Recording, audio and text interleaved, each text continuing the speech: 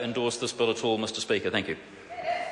I call Sue Moroney. Well, thank you, Mr Speaker. It's a real privilege and a pleasure to speak on this bill, and I want to congratulate my colleague David Clark for his good work in bringing this bill to the House and his good fortune. In fact, he's been so lucky with the members' draw that I've invited him to come with me to the races next time I go. He hasn't actually taken that offer up yet, but I'll forgive him. I forgive him because he has brought forward such a good, solid Labour Party bill into this House to reflect our policy of increasing the minimum wage to $15 an hour, in contrast to the platitudes that we get from the other side of the House, from the National Party, who wants to say that they support hard-working, low-income people but won't do anything to help them in their plight. Unlike that party, the Labour Party is prepared to take the practical steps that will make a real difference for people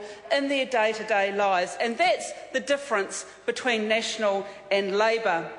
I think it's really appropriate that we're debating this bill on Women's Suffrage Day because, again, this is a really practical approach that we can take to support the working women of this country. Because, sadly, what we do know, and this is according to the Department of Labour itself, that 57.1% of females are on the minimum wage.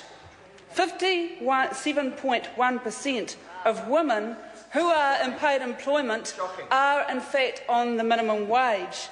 And so, if nothing else, this should tell us that if the government is at all serious about closing the gender pay gap, that clearly increasing the minimum wage to $15 an hour would make a significant step in closing the gender pay gap in this country.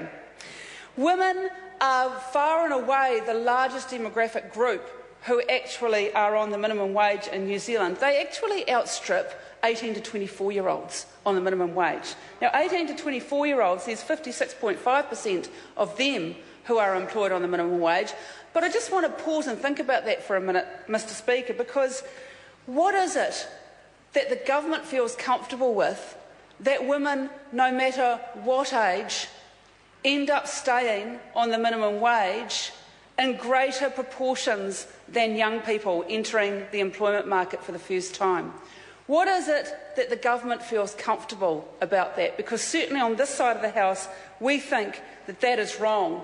And our view is shared by Judy McGregor in her role as the Equal Employment Commissioner, because earlier this year she went undercover and did one of those minimum wage, low-pay jobs in rest homes.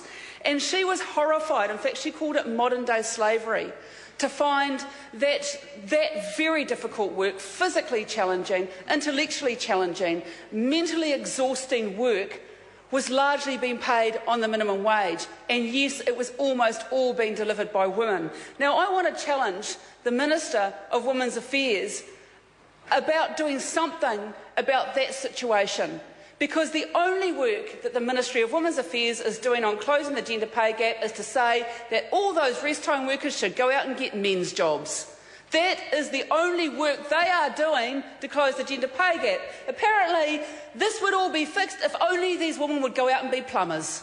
If only these women would go out and be electricians, if only these women would go into those fields, we could solve the gender pay gap. Well, I want to know, Mr Speaker, who's going to be looking after us in our old age in rest homes? Who's going to be doing that work? And I don't want them doing it on the minimum wage.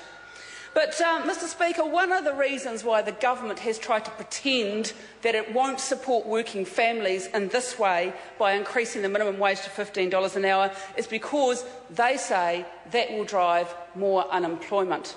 Well, I challenge those members to go and talk to the miners in Huntly and tell them that that's the reason why they are losing their jobs, because those miners are not on the minimum wage, and yet 120 of them in that small Waikato town are losing their jobs because of that government's policies, because that government is selling state-owned enterprises in that town, and that's making a huge difference to unemployment. It's increasing it significantly in the Waikato town of Huntly. So the crocodile tears, the lack of policy, the lack of understanding, the lack of compassion from the National Party with regards to this bill does not make sense, and every New Zealander knows it.